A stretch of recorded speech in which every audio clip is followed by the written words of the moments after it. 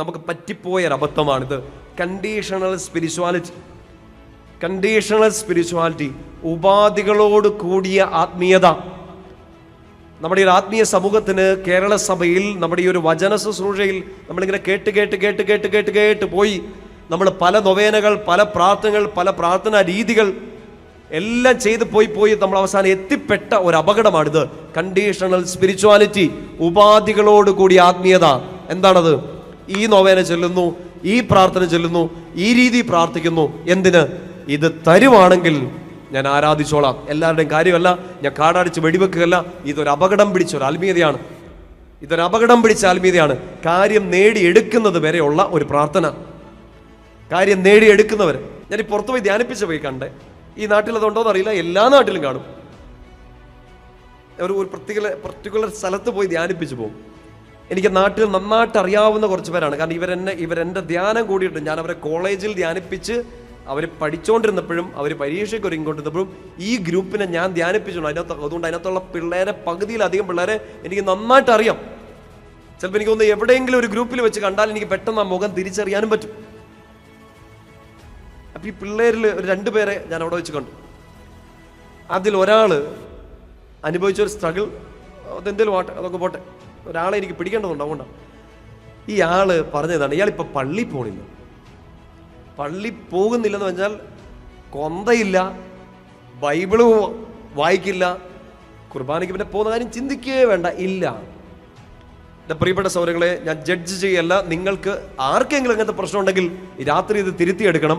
Conditional spirituality ഈ രാജ്യത്ത് എത്തുന്നത് വരെ ഫോർ എക്സാമ്പിൾ പാകിസ്ഥാൻ വേണ്ടല്ലേ, മിത്രവും ചൈന പോ. ചൈനയിലെത്താൻ വേണ്ടി ഒത്തിരി പേര് മെഡിസിൻ പഠിക്കാനൊക്കെ പോകുന്നുണ്ടല്ലോ. ചൈനക്കാർക്കാണെങ്കിൽ നമ്മൾ പറയുമ്പോൾ മനസ്സിലാവില്ല, പോട്ടെ.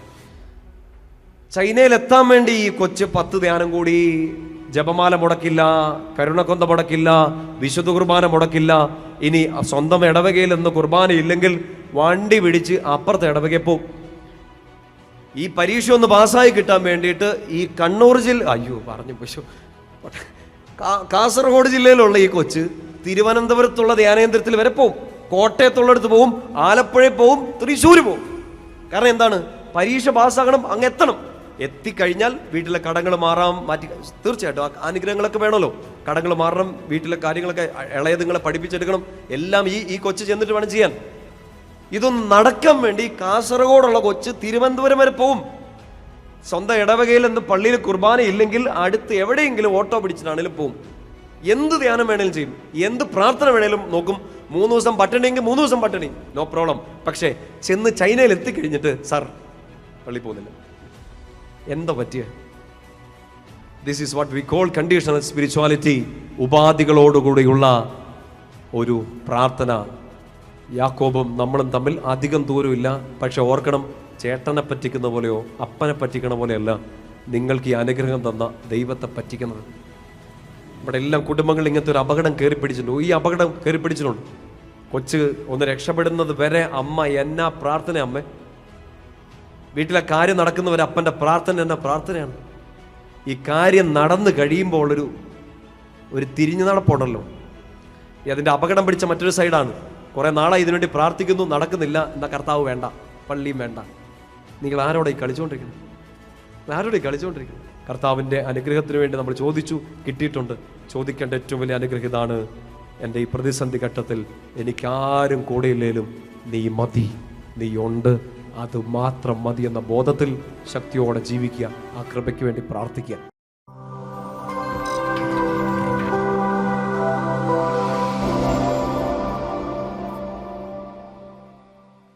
നമുക്ക് ചോദിക്കാൻ പറ്റുന്ന ഏറ്റവും വലിയ അനുഗ്രഹം എന്താണ് എന്ന് നമ്മളൊന്ന് ചെറുതായിട്ടൊന്ന് ചിന്തിക്കാൻ പോകണം. നമ്മൾ ആഗ്രഹിക്കേണ്ട ഏറ്റവും വലിയ അനുഗ്രഹം. ഇപ്പം നമ്മുടെ മെറ്റീരിയൽ, നമ്മുടെ ഭൗതികമായ ഒത്തിരി കാര്യങ്ങൾക്ക് വേണ്ടി നമ്മൾ പ്രാർത്ഥിച്ചുകൊണ്ടിരിക്കുക. തീർച്ചയായിട്ടും ഈ സങ്കടങ്ങളുണ്ട്, സഹനങ്ങളൊക്കെ ഉണ്ട്. ഇതൊക്കെ മാറണം. നമ്മൾ ആശ്വാസത്തിലേക്ക് വരണം, സമാധാനത്തിലേക്ക് വരണം. ഇതൊന്നും ആത്മീയതയ്ക്കെതിരല്ല. കടം മാറാൻ വേണ്ടി പ്രാർത്ഥിച്ചു, നിങ്ങൾക്ക് വീട് കിട്ടാൻ വേണ്ടി പ്രാർത്ഥിച്ചു, ഇതൊന്നും ആത്മീയതയ്ക്കെതിരല്ല. അങ്ങനെ ഒരു ചിന്ത ഉണ്ടെങ്കിൽ അത് മാറ്റിയെടുക്കുക. എല്ലാം കർത്താവിൻ്റെ ദാരിദ്ര്യത്തിൽ ജീവിക്കാൻ, മക്കൾ ദാരിദ്ര്യത്തിൽ ജീവിക്കണമെന്ന് ഒരപ്പനും ആഗ്രഹിക്കുന്നില്ല. നിങ്ങളുടെ അപ്പൻ ആഗ്രഹിക്കുന്നില്ലാത്തതുകൊണ്ട് നിങ്ങളുടെ ഒറിജിനൽ അപ്പൻ ഒരിക്കലും ആഗ്രഹിക്കുന്നില്ല. മക്കൾ ദാരിദ്ര്യത്തിൽ ജീവിക്കണമെന്ന് ആഗ്രഹിക്കുന്നില്ല. നമ്മൾ ഭൗതിക കാര്യങ്ങൾക്ക് വേണ്ടി പ്രാർത്ഥിക്കണം തീർച്ചയായിട്ടും. പക്ഷെ നമ്മൾ അതിൽ ഒതുങ്ങി നിൽക്കരുത്. അതിലൊതുങ്ങി നിൽക്കരുത്. കടം മാറണം, രോഗം മാറണം, തീർച്ചയായിട്ടും നമ്മൾ സന്തോഷത്തിൽ സമാധാനത്തിൽ കഴിയണം. പക്ഷേ അതല്ല നമ്മൾ ആഗ്രഹിക്കേണ്ട ഏറ്റവും വലിയ അനുഗ്രഹം. പറഞ്ഞേ ഹല്ലേലൂയ. അച്ഛന് നല്ല ശ്രദ്ധ തരിക, ഇത്രയും ഉണ്ടായിരുന്നതിനേക്കാൾ കൂടുതൽ ശ്രദ്ധ തരിക. ബൈബിൾ എടുത്ത് ഉപയോഗിച്ച് നമ്മളൊരു കാര്യം ഒന്ന് ധ്യാനിക്കാൻ പോവാണ്. നമ്മുടെ ജീവിതത്തിൽ നമുക്ക് ആഗ്രഹിക്കാൻ പറ്റുന്ന, ഇല്ലെങ്കിൽ നമ്മൾ ആഗ്രഹിക്കേണ്ട, പ്രാർത്ഥിക്കേണ്ട ഏറ്റവും വലിയ അനുഗ്രഹം ഏതാണ്? ഒത്തിരി ആളുകളെ അനുഗ്രഹിക്കുന്നതായിട്ട് നമ്മൾ വിശുദ്ധ ഗ്രന്ഥത്തിൽ കാണുന്നുണ്ട്. പഴയ നിയമത്തിൽ പ്രത്യേകിച്ച് തലമുറകളിലൂടെ കൈമാറ്റപ്പെടുന്ന അനുഗ്രഹത്തെക്കുറിച്ച് നമ്മൾ കാണുന്നുണ്ട്. ദൈവം ആദത്തെ അനുഗ്രഹിക്കുന്നു, നോഹയെ അനുഗ്രഹിക്കുന്നു, അബ്രാഹത്തെ, ഇസാഖ്, യാക്കോബ്, 12 ഗോത്രങ്ങളെ, ഇസ്രായേൽ രാജ്യത്തെ, ദേശത്തെ വ്യക്തികളെല്ലാം, പ്രവാചകന്മാരെയൊക്കെ അനുഗ്രഹിക്കുന്നു. അങ്ങനെ ഒത്തിരി പേരെ കർത്താവ് അനുഗ്രഹിക്കുന്നത് കാണുമ്പോൾ ബൈബിളിൽ അനുഗ്രഹത്തെക്കുറിച്ച് പ്രതിപാദിക്കുമ്പോൾ ഒരിക്കലും മറന്നുപോകാൻ പാടില്ലാത്ത ഒരു വ്യക്തിത്വമാണ് പഴയ നിയമത്തിലെ പൂർവ്വപിതാവായ യാക്കോബ്. നമുക്കറിയാം, പൂർവ്വപിതാക്കന്മാരെ അറിയാം. അബ്രഹാമിൻ്റെ മകൻ ഇസ്ഹാക്ക്, ഇസ്ഹാക്കിന് 2 മക്കൾ. ആരൊക്കെയാണ്? ലോഗോസ് ക്വിസിന് 0 മാർക്ക്. പറ, ഇസ്ഹാക്കിൻ്റെ 2 മക്കൾ ആരൊക്കെയാണ്? ഏസാവും യാക്കോബ്. ഓക്കെ, നമ്മളെ യാക്കോബിനെ കുറിച്ച് ഒന്ന് ചിന്തിക്കാൻ പോകുന്നത്. യാക്കോബാണ് ഇസ്രായേലായിട്ട് മാറുന്നത്, കർത്താവ് പേര് മാറ്റുന്നതൊക്കെ നമുക്കറിയാം. ഈ അനുഗ്രഹത്തെക്കുറിച്ച് ചിന്തിക്കുമ്പോൾ ഒരിക്കലും ഈ വ്യക്തിയെ മറന്നുപോകില്ല. നമ്മുടെ ജീവിതമായിട്ടൊക്കെ ചേർത്ത് ചിന്തിക്കണം. നിങ്ങൾക്ക് അറിയാവുന്നതുകൊണ്ട് ഞാൻ ഒത്തിരി ഡീറ്റെയിലിങ്ങിലേക്ക് പോകുന്നില്ല. എങ്കിലും ചിലതൊക്കെ ഞാൻ നിങ്ങളോട് ചോദിക്കും. നിങ്ങൾക്ക് ഉത്തരം അറിയാം. ബൈബിളിൽ ഒരു പശ്ചാത്തലം അനുസരിച്ച് അനുഗ്രഹം ശരിക്കും മൂത്ത ആൾക്കാണ് കിട്ടുന്നത്. തലമുറയിൽ നിന്ന് അനുഗ്രഹം കൊടുക്കുന്നത് മൂത്ത ആൾക്കാണ് കൊടുക്കുക. കടിഞ്ഞൂൽ അവകാശം എന്നൊക്കെ നമ്മൾ ബൈബിളിൽ പറയും. അപ്പോൾ ഇസ്ഹാക്കിന് അനുഗ്രഹം ശരിക്കും കിട്ടേണ്ടത് ആർക്കാണ്? ഇസ്ഹാക്കിന് അല്ല, ആർക്ക്? ഏസാവിന്. പക്ഷേ ഏസാവിന് അല്ല കിട്ടിയത്, യാക്കോബിന് കിട്ടി. യാക്കോബിന് എങ്ങനെ കിട്ടി? യാക്കോബ് ഇച്ചിരി പണി ഒപ്പിച്ചു, നമ്മളെപ്പോലെയൊക്കെ ഇച്ചിരി കുസൃതിയൊക്കെ ഒപ്പിച്ചു, നമുക്ക് വേണ്ടാത്തതൊക്കെ പിടിച്ച് മേടിച്ചു. എന്നിട്ട് ഇത് കർത്താവിൻ്റെ ഹിതമാണ്, ഹല്ലേലൂയ എന്നൊക്കെ പറഞ്ഞ് നമ്മളിങ്ങനെ ഇരുന്നു. ശ്രദ്ധിച്ചേ, കർത്താവിൻ്റെ ഹിതം തീർച്ചയായിട്ടും അതായിരുന്നു. കർത്താവിൻ്റെ ഹിതം തലമുറകളിലൂടെ ഈശോ ജനിക്കാനുള്ള ഒരു ഗോത്രം, യൂദാഗോത്രം. ആ യൂദാഗോത്രത്തിൻ്റെ പിതാവായ യാക്കോബിനെ അനുഗ്രഹിക്കണമായിരുന്നു. അത് ദൈവിക പദ്ധതിയുടെ വലിയ ഭാഗമാണ് തീർച്ചയായിട്ടും. 26-27 അധ്യായങ്ങളൊക്കെ നമ്മളിങ്ങനെ കാണുന്നുണ്ട്. ഏസാവും യാക്കോബും ജനിക്കുമ്പോൾ, എൻ്റെ ഒരു സയൻറ്റിഫിക് ബാക്ക്ഗ്രൗണ്ടിലേക്കൊന്നും പോയാൽ നമുക്ക് ഒരിക്കലും ചിലപ്പോൾ പിടികിട്ടില്ല. പക്ഷേ ഇവർ ജനിച്ച സമയത്ത് ബൈബിളിൽ നമ്മളിങ്ങനെ കാണുകയാണ്, യാക്കോബിനെ ചതിയൻ എന്ന് വിളിക്കപ്പെടാൻ, സ്ഥാനം കൈക്കലാക്കുന്നതെന്ന് വിളിക്കപ്പെടാൻ കാരണമായത് അവൻ്റെ ജന്മസമയത്ത് തന്നെ അവനൊരു കുസൃതി ഒപ്പിച്ചുകൊണ്ടാണ് വന്നത്. ഒപ്പിച്ച കുസൃതി ഇതാണ്. ബൈബിളിൽ നമ്മളിങ്ങനെ വായിക്കും, ചേട്ടൻ്റെ കുതികാലിൽ പിടിച്ചുകൊണ്ടാണ് അവൻ പുറത്തേക്ക് വന്നത്. അപ്പം നിങ്ങൾക്ക് വിഷ്വലൈസ് ചെയ്താൽ ചിലപ്പോൾ ഈ കുഞ്ഞു വാവ എന്നാ ചെയ്ത് കാണും എന്നൊക്കെ ചിന്തിക്കും. പക്ഷേ ബൈബിളിൽ നമ്മൾ കാണണം, സ്പിരിച്വൽ മീനിങ്ങിൽ എടുക്കണം. അവൻ ചെയ്യാൻ പോകുന്ന ചില കാര്യങ്ങളെക്കുറിച്ചുള്ള സൂചന ഓൾറെഡി കൊടുക്കുകയാണ്.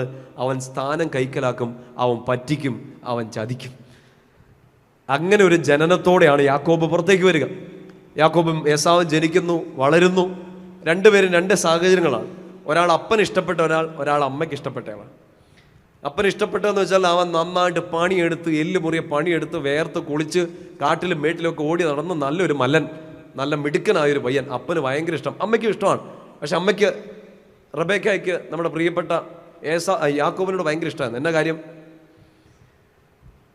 എന്തെന്നറിയോ? എൻ്റെ കൂടെ ഇരിക്കുന്ന ചേച്ചിമാർക്ക് എന്നോട് ദേഷ്യം തോന്നല്. അഖില കേരള ഫെമിനിസ്റ്റുകൾക്ക് എന്നോട് ദേഷ്യം തോന്നരുത്. യാക്കോബിനെ ഭയങ്കര ഇഷ്ടമാണ്. എന്താണെന്നറിയോ? ഒരു പെങ്കൊച്ചില്ലാത്ത എല്ലാ കുറവും ഇയാൾ നികത്തിയെന്ന്. ചിന്തിക്കില്ലേ, ഞാൻ ആൻറ്റി ഫെമിനിസ്റ്റ് ആണെന്ന് ചിന്തിക്കരുത്. അടുക്കളയിൽ ഇരിക്കാൻ അച്ഛൻ ആഹ്വാനിച്ചു എന്നൊന്നും പറഞ്ഞേക്കല്ലേ. ഞാൻ അങ്ങനെ ആഹ്വാനിക്കുന്നില്ല, നിങ്ങൾ എന്തേലും കാണിക്കുക. ഇവൻ എപ്പോഴും അടുക്കളയിലാണ് ഈ യാക്കോബ്. പായസം ഉണ്ടാക്കുക, അമ്മച്ചിയുടെ കൂടെ നിൽക്കുക, ഈ പരിപാടിയാണ്. അമ്മയ്ക്ക് ഭയങ്കര ഇഷ്ടമാണ്. നിങ്ങൾ മറ്റൊരു എപ്പിസോഡ് അതൊക്കെ ഈ എങ്ങനെ ഇതൊക്കെ പറഞ്ഞ് അവതരിപ്പിക്കണം എന്ന് എനിക്ക് അറിഞ്ഞൂടെ. ഒരു ക്ലോസ്ഡ് ഗ്രൂപ്പ് ആണെങ്കിൽ ഇതിനെ മനസ്സിലാകും. കാരണം ഇരിക്കുന്ന എല്ലാവരും പല ആറ്റിറ്റ്യൂഡ് ഉള്ളതുകൊണ്ട് ചില സമയത്ത് തെറ്റിദ്ധരിക്കാം. എന്നാലും കുഴപ്പമില്ല, ഞാൻ പറഞ്ഞിട്ടേ പോകും. ചില സമയത്ത് അത് മനസ്സിലാക്കുന്നത് നല്ലതാണ്. ഇപ്പോൾ യാക്കോബിനെ അമ്മച്ചിക്ക് ഭയങ്കര ഇഷ്ടം, ഏസാവിനെ അപ്പനും ഭയങ്കര ഇഷ്ടം. അപ്പോൾ അവകാശം, അനുഗ്രഹം കൊടുക്കേണ്ട ഒരു സമയമായി. കിട്ടേണ്ടത് ഏസാവിനാണ്. അമ്മച്ചി ഇതൊക്കെ ഒളിഞ്ഞു നിന്ന് കേൾക്കുന്നു. യാക്കോബിനെ അനുഗ്രഹിക്കണം എന്ന് അമ്മച്ചിക്ക് വലിയ ആഗ്രഹം. അതുകൊണ്ട് അമ്മച്ചി പറഞ്ഞു, നീ അപ്പച്ചന് നല്ല നല്ല ഫുഡ് കൊണ്ടേ കൊടുക്കുക. ഫുഡേ വീഴുമല്ലോ നമ്മളെല്ലാവരും. യാക്കോബായാലും കൊള്ളാം, നമ്മളായാലും കൊള്ളാം, ഫുഡേ വീഴും. അല്ല, ഏസാവ് ആരായാലും ഫുഡേ വീഴും. അപ്പോൾ ഒരു ടെക്നിക്കാണ്. പണ്ട് എന്തോ ഒരു മാരേജ് ഗൈഡൻസ് കോഴ്സിൽ ആരോ പറഞ്ഞു അത്രേ, നല്ല ഫുഡ് ഉണ്ടാക്കി കൊടുത്താൽ മതി, സ്നേഹം കിട്ടുമെന്ന്. അങ്ങനെ നല്ല സ്നേഹം കൊടുത്തു, ചട്ടി തലയിലിരുന്നു എന്നുള്ളത് മാത്രം. ഓക്കെ, അങ്ങനെ ഒന്നും ചെയ്തേക്കല്ലോ, വിവേകപൂർവ്വം എല്ലാ കാര്യങ്ങളും ചെയ്യുക. അപ്പോൾ അമ്മച്ചി നല്ല കറിയൊക്കെ ഉണ്ടാക്കി കൊടുത്തു. യാക്കോബിനൊരു പേടിയുണ്ടായിരുന്നു. കാരണം അതാണ് രണ്ടാമത്തെ പ്രശ്നം. യാക്കോബിന് അപ്പച്ചന് ഇസാക്കിന് കണ്ണ് കാണില്ല. പക്ഷേ ഇയാൾക്ക് തൊട്ട് നോക്കാനും അറിയാം. ബൈബിളിൽ നമ്മൾ കാണുന്നുണ്ട്, ഒരു സംശയം തോന്നിയപ്പം മണത്ത് നോക്കി. കാഴ്ചശക്തി കുറഞ്ഞപ്പോൾ ബാക്കിയെല്ലാ ഇന്ദ്രിയങ്ങളും കുറേ കൂടെ പവർഫുൾ ആണെന്ന് തോന്നുന്നു. അപ്പോൾ യാക്കോബിന് പേടിയുണ്ട്. പേടിയുള്ളതുകൊണ്ട് അമ്മച്ചി ബുദ്ധി പറഞ്ഞു കൊടുത്തു, ഒരു മൃഗത്തിൻ്റെ തോലെടുത്ത് അണിയുക, രോമം എടുത്ത് അണിയുക. ഇനി അപ്പച്ചൻ വന്ന് തൊട്ട് നോക്കിയാലും ഇത് ഇവനാണ്, മൂത്തവനാണെന്നറിയാം. അപ്പോൾ അവർ രണ്ടുപേരും ബോഡി സ്ട്രക്ചർ ഒന്ന് ചിന്തിക്കാം. ഏസാവിൻ്റെ ദേഹത്ത് മുഴുവൻ ശരിക്കും പറഞ്ഞാൽ ഒരു മസ്കുലിൻ ഫിഗർ, ഒരു പുരുഷൻ്റെ ശരീരമാണ് അവനുള്ളത്. രണ്ടുപേർക്ക് ഏകദേശം ഒരേ പ്രായമാണല്ലോ, കാരണം ഇരട്ടകളായിട്ടും കണ്ട വരുന്നത്. രണ്ടുപേർക്കും ഒരേ പ്രായമാണ്. പക്ഷേ ഇവൻ്റെ ദേഹത്ത് എന്തില്ല? രോമമില്ല. ഒരു ഫെമിനിൻ ഫിഗറാണ് ശരിക്കും പറഞ്ഞാൽ യാക്കോബ്. നിങ്ങളത് ഒരിക്കലും ചിന്തിച്ചിട്ടില്ലല്ലേ? എനിക്ക് വേറെ പണിയൊന്നുമില്ല, ഞാനിതൊക്കെയാണ് ചിന്തിച്ചോളാം അല്ലെ. ഒരേ പ്രായത്തിലുള്ളതാണ്. ഒരുത്തൻ്റെ ദേഹത്ത് മുഴുവൻ രോമം, അപ്പുറത്തവൻ്റെ ദേഹത്ത് രോമമില്ല. അവനൊരു ഒരു നല്ല വാക്കല്ലെന്ന് എനിക്കറിയാം, ഇച്ചിരി ഒരു ഫെമിനിൻ ഫിഗറാണ്. അമ്മച്ചിയുടെ കൂടെ നിൽക്കുന്നു, അടുക്കളയിൽ നിൽക്കുന്നു, കുക്കിംഗ് ഇഷ്ടപ്പെടുന്നു, ശാന്തൻ. നിങ്ങളൊക്കെ അങ്ങനെയാണോ? ശാന്തൻസ് അല്ല. പറഞ്ഞേ ഹല്ലേലൂയ. ശക്തിയോട് പറ ഹല്ലേലൂയ. ശക്തിയോട് പറഞ്ഞേ ഹല്ലേലൂയ. അപ്പോൾ അതിൻ്റെ സെൻസിൽ മനസ്സിലാക്കണേ, ഈ ഒരു സാഹചര്യത്തിൽ മാത്രമേ ചിന്തിക്കാവുള്ളൂ. അല്ലാണ്ട് നിങ്ങൾ പൊളിറ്റിക്കലി കറക്റ്റ്നെസ് ഒന്നും നോക്കി എൻ്റെ ഇപ്പോൾ വിധി കൽപ്പിച്ചേക്കരുത്. കൽപ്പിച്ചാലും കുഴപ്പമില്ല, ഞാൻ രാത്രി പോകും. ബാക്കിയൊക്കെ യൂട്യൂബിൽ കമൻറ്റുകളായിട്ട് തെറി വിളിക്കുക. ശ്രദ്ധിച്ചിരുന്നു. അപ്പോൾ യാക്കോബിന് ടെക്നിക്ക് പറഞ്ഞു കൊടുത്തു. രോമമൊക്കെ ഇട്ട് അങ്ങ് പൊക്കോളം പറഞ്ഞു. അപ്പൻ്റെ അടുത്തേക്ക് ചെന്നു. കറിയൊക്കെ ഇഷ്ടപ്പെട്ടു. അപ്പച്ചൻ ശരിക്കും ചോദിക്കും, നീ ശരിക്കും എൻ്റെ മകൻ ഏസാവാണോടാ? ഒരു അപ്പൻ്റെ നിസ്സഹായാവസ്ഥയാണ്, കണ്ണ് കാണുന്നില്ല. അപ്പൻ്റെ ആ നിസ്സഹായാവസ്ഥ ഇവൻ ഭയങ്കരമായിട്ട് മേക്ക് യൂസ് ചെയ്യാണ്. അപ്പനോട് പറഞ്ഞു, ഞാൻ തന്നെയാണോ? ഇങ്ങനെ വന്നേന്നു. ചെന്നു തൊട്ടു നോക്കി, ദേഹത്ത് രോമമുണ്ട്. അപ്പൻ്റെ അവസ്ഥ നോക്കിയേ. സ്വന്തം മകൻ്റെ ശരീരത്തിൽ ഒരു പുരുഷൻ്റെ ശരീരത്തിൽ രോമവും ഒരു മൃഗത്തിൻ്റെ ശരീരത്തിൽ രോമവും ഒന്നും തിരിച്ചറിയാൻ പറ്റുന്നില്ലാത്ത അത്രയും പ്രായമായി, കണ്ണ് കാണുന്നില്ല. അതിനെല്ലാം ശരിക്കും പറഞ്ഞാൽ യാക്കോബ് പറ്റിക്കുകയാണ്. കാരണം ജനിച്ചപ്പോഴേ ഇതാ പരിപാടി. അവൻ ആദ്യം ചേട്ടായിനെ പറ്റിച്ചു, ജന്മത്തിലൂടെ കുതികാല് പിടിച്ചുകൊണ്ട് വരുന്നു. ഇതിപ്പാണ്ട് അപ്പനെ പറ്റിക്കാൻ വേണ്ടി നിൽക്കുന്നു. അപ്പം തൊട്ട് നോക്കി, ഇത് മോനാന്ന് തോന്നുന്നു. നീ വന്നേന്ന് പറഞ്ഞാൽ അടുത്തടുത്ത് വരാൻ പറഞ്ഞു. മണത്ത് നോക്കുമ്പോൾ ഈ സ്കിന്നിൻ്റെ സ്മെല്ലാണ്, കാട്ടിക്കിടക്കുന്ന ഒരു സ്മെല്ലാണ്. ഇത് എൻ്റെ മകൻ ഏസാവ് തന്നെ. അനുഗ്രഹം കൊടുത്തു. അദ്ദേഹത്തിൻ്റെ അവസാനം എങ്ങനെയാണ് കാണുക? ഭൂമിയുടെ മഞ്ഞും ആകാശത്തിൻ്റെ മഴയും നിന്നെ അനുഗ്രഹിക്കട്ടെ, ഭൂമി നിനക്ക് ബലം നൽകട്ടെ, നിന്റെ അമ്മയുടെ പുത്രന്മാർ നിന്റെ മുമ്പിൽ താണുവണങ്ങട്ടെ, ലോകം മുഴുവൻ നിന്റെ കൂടെ നിൽക്കട്ടെ, നിന്റെ ശത്രുക്കൾ ഛിന്നഭിന്നമായി പോകട്ടെ.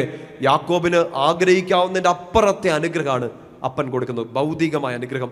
എന്നുവെച്ചാൽ കൃഷി നന്നാവും, നീ ചെയ്യുന്ന കാര്യങ്ങൾ നന്നാവും, നിന്റെ ബന്ധുക്കൾ, നിന്റെ സഹോദരങ്ങൾ എല്ലാവരും നിന്നെ ആദരിക്കും. You will be the best. നീ ആയിരിക്കും ഏറ്റവും മിടുക്കൻ. അനുഗ്രഹമാണ്, അപ്പൻ്റെ അനുഗ്രഹം കിട്ടുകയാണ്.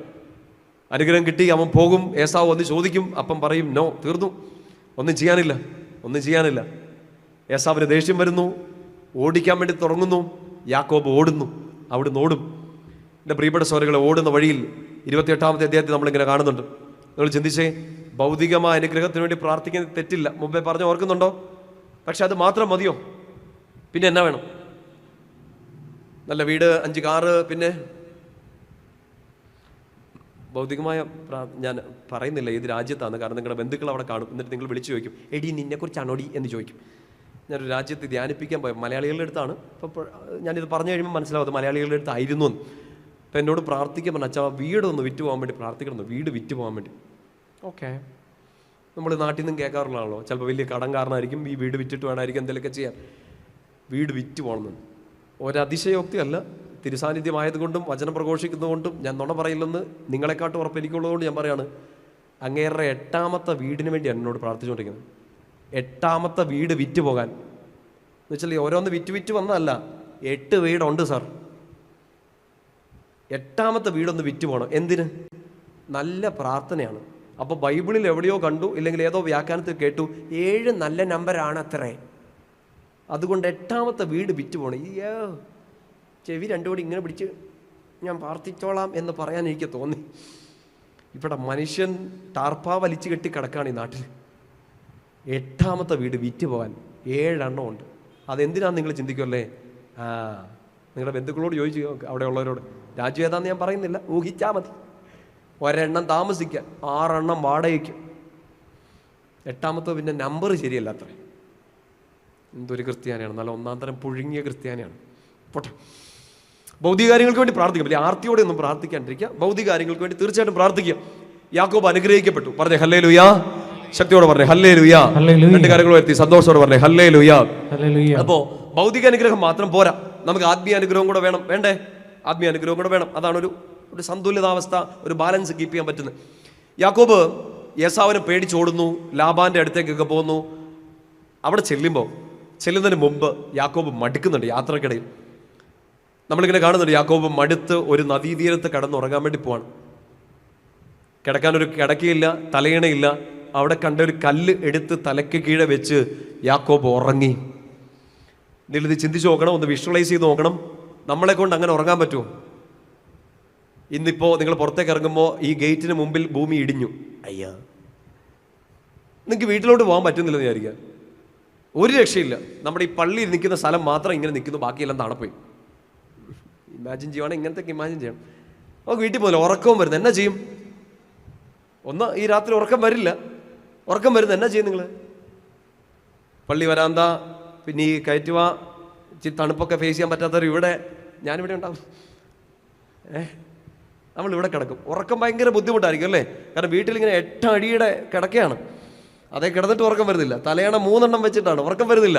നിങ്ങൾ ചിന്തിച്ച് നോക്കിക്കുക, യാക്കോബ് വെറും നിലത്ത് കിടക്കാണ്, തലയണ ഇല്ലാത്തതുകൊണ്ട് കല്ലെടുത്ത് വെക്കുകയാണ്. എന്ത് പരിപാടിയാണ് നമുക്ക്?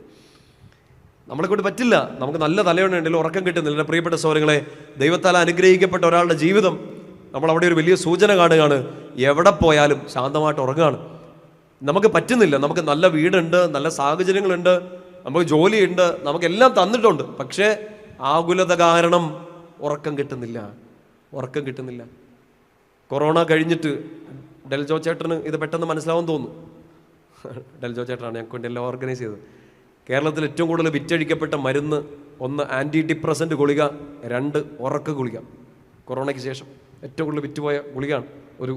ഒരു വാർത്തയിൽ ഞാനിങ്ങനെ വായിച്ചാണ്. ഏറ്റവും കൂടുതൽ വിറ്റുപോയതോ ആൻറ്റി ഡിപ്രസൻറ്റ് ഗുളിക, ഉറക്ക ഗുളിക. ഉറക്കമില്ല, എല്ലാം ഉണ്ട്, ഉറക്കം കിട്ടുന്നില്ല. യാക്കോബ് ദൈവത്താൽ അനുഗ്രഹിക്കപ്പെട്ട ഒരു മനുഷ്യൻ്റെ ജീവിതം കാണുകയാണ്. തോടിൻ്റെ കരയിൽ പോയി കിടന്നാലും കല്ലെടുത്ത് തലയണയായിട്ട് വെച്ചാലും ഉറങ്ങുന്നു. അതും വെറും ഉറക്കമല്ല, ഒന്നാം തരം സ്വപ്നം കണ്ടുകൊണ്ട് ഉറങ്ങുന്നു. സ്വപ്നം എന്താണ്? സ്വർഗത്തിലേക്ക് ചാരി വെച്ചൊരു ഗോവണി. ആ ഗോവണിയെ കൂടെ മാലാകമാർ കയറുന്നു, മാലാകമാർ ഇറങ്ങുന്നു. ഇതൊക്കെയാണ് സ്വപ്നം. നമ്മളും കാണും കുറേ സ്വപ്നങ്ങൾ. ഏതോ വലിയ കെട്ടിടത്തിൻ്റെ മുകളിൽ താഴോട്ട് വീഴുന്നു, എത്തുന്നില്ല. രാവിലെ എഴുന്നേൽക്കുമ്പോൾ ബെഡ്ഷീറ്റൊക്കെ കീറിയിരിക്കുന്നതാണ്. ഇതിങ്ങനെ വലിയ കുഴിയിലോട്ട് പോകും. ഞാൻ അങ്ങനത്തെ കണ്ടിട്ടുണ്ട്. നിങ്ങൾ കണ്ടിട്ടില്ല? അങ്ങനത്തെ സ്വപ്നമൊക്കെ നമ്മൾ കാണുന്നത്. ദൈവം യാക്കോബ് കണ്ട ഒന്നാം തരം സ്വപ്നം, സ്വർഗം കാണും. ഇനി അത് മാത്രമല്ല, ഈ ഗോവണിയുടെ മുകളിൽ നിന്ന് കർത്താവിൻ്റെ സ്വരം കേൾക്കുന്നു. നമ്മളും കേൾക്കുമല്ലേ സ്വപ്നത്തിൽ? എന്തൊക്കെയൊക്കെയാണ് കേൾക്കണത് ദൈവമേ.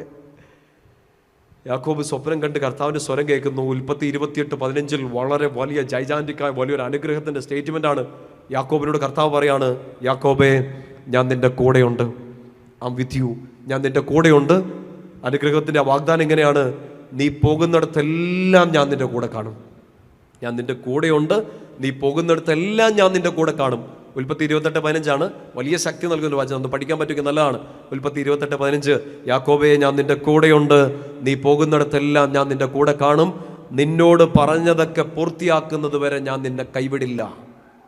ഒരു വാഗ്ദാനമാണ്. നിന്നോട് പറഞ്ഞതെല്ലാം പൂർത്തിയാക്കുന്നത് വരെ ഞാൻ നിന്നെ കൈവിടില്ല. പറഞ്ഞേ ഹല്ലേലൂയ. ശക്തിയോട് പറഞ്ഞേ ഹല്ലേലൂയ. യാക്കോബിന് സന്തോഷമായി. കർത്താവ് പറഞ്ഞതൊക്കെ കേട്ടു. രാവിലെ എഴുന്നേറ്റു. ഇന്നലെ ഒരു കല്ല് പറഞ്ഞ് ഓർക്കുന്നുണ്ടോ? സാമുവേലിൻ്റെ കല്ല്. കിഡ്നി സ്റ്റോൺ മാറാൻ വേണ്ടി പ്രാർത്ഥിച്ചുകൊണ്ടിരുന്നാൽ പോരാ, ബൈബിളിൽ ഈ കല്ലൊക്കെ കാണണം. സാമുവേൽ ഒരു കല്ലെടുത്ത് വെച്ച ആ സ്ഥലത്തിൻ്റെ പേരിട്ടതിനെ കുറിച്ച് നമ്മൾ പറഞ്ഞാണല്ലോ, എബനേസർ. ഇതേപോലെ യാക്കോബ് ഈ കല്ലെടുത്ത് വെച്ച് ദൈവത്തിന് ആരാധന കൊടുക്കുകയാണ്.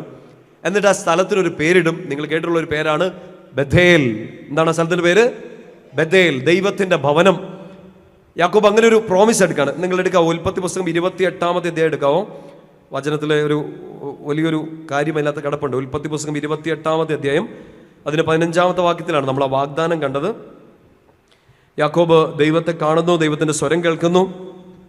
17-ാമത്തെ വാക്യം, എന്നാൽ ഞാനതറിഞ്ഞില്ല, ഭീതി പൂണ്ട് അവൻ പറഞ്ഞു, ഈ സ്ഥലം എത്ര ഭയാനകമാണ്, ഇത് ദൈവത്തിൻ്റെ ഭവനമല്ലാതെ മറ്റൊന്നുമല്ല, സ്വർഗത്തിൻ്റെ കവാടമാണിവിടം. നമ്മൾ സീറോ മലബാർ കുർബാന ചെല്ലുമ്പോൾ നിങ്ങൾ ആ പ്രാർത്ഥന ചെല്ലുന്നില്ല. അച്ഛന്മാർ പിന്നെ കൂദാശ വചനങ്ങൾ ചൊല്ലുന്നതിന് തൊട്ട് മുമ്പ് നിങ്ങൾ പരിശുദ്ധൻ പരിശുദ്ധം പാടുന്ന സമയത്ത് വൈദികർ സ്വഗതമായിട്ട് ഒറ്റയ്ക്ക് ചൊല്ലി പ്രാർത്ഥിക്കുന്ന ഒരു പ്രാർത്ഥനയാണ്. കർത്താവെ, ഞാൻ അശുദ്ധമായ അധരങ്ങളുള്ളവനാണ്, അശുദ്ധമായ കണ്ണുകളുള്ളവനാണ്. എന്നിട്ട് യേശയ്യായുടെയും യാക്കോബിൻ്റെ പ്രാർത്ഥന കപ്പിൾ ചെയ്തുകൊണ്ടാണ് വൈദികൻ പ്രാർത്ഥിക്കുക. ആത്മാർത്ഥത പ്രാർത്ഥിക്കുക, ചങ്കു പടഞ്ഞു പോകുന്നൊരു സമയമാണ്. ഇത് ദൈവത്തിൻ്റെ ഭവനമല്ലാതെ മറ്റൊന്നുമല്ല, പാവിയും ബലഹീനമായ എന്നെ നിൻ്റെ മുമ്പിൽ നിർത്തിയ അനന്ത കാരണത്തിന് നന്ദി എന്നൊക്കെ പറഞ്ഞുകൊണ്ട് പ്രാർത്ഥിക്കുന്ന പ്രാർത്ഥനയാണ്. ഈ പ്രാർത്ഥന യാക്കോബ് ചെല്ലുകയാണ്. ഇത് ദൈവത്തിൻ്റെ ഭവനമാണ്. ആ കല്ലെടുത്ത് വെച്ചിട്ട് പറയും ബഥേൽ.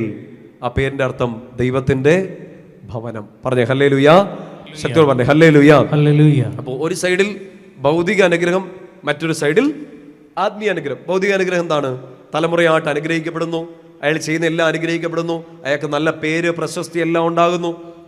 ഇപ്പുറത്തെ സൈഡ് ആത്മീയ അനുഗ്രഹം, അയാൾ നന്നായിട്ട് ഉറങ്ങാൻ പറ്റുന്നു, ദൈവത്തെ കാണുന്നു, ദൈവത്തിൻ്റെ സ്വരം കേൾക്കുന്നു, സ്വർഗം തുറക്കപ്പെട്ട് കാണുന്നു, ദൈവത്തിൻ്റെ വാഗ്ദാനം, ദൈവത്തിൻ്റെ ഭവനം തിരിച്ചറിയുന്നു.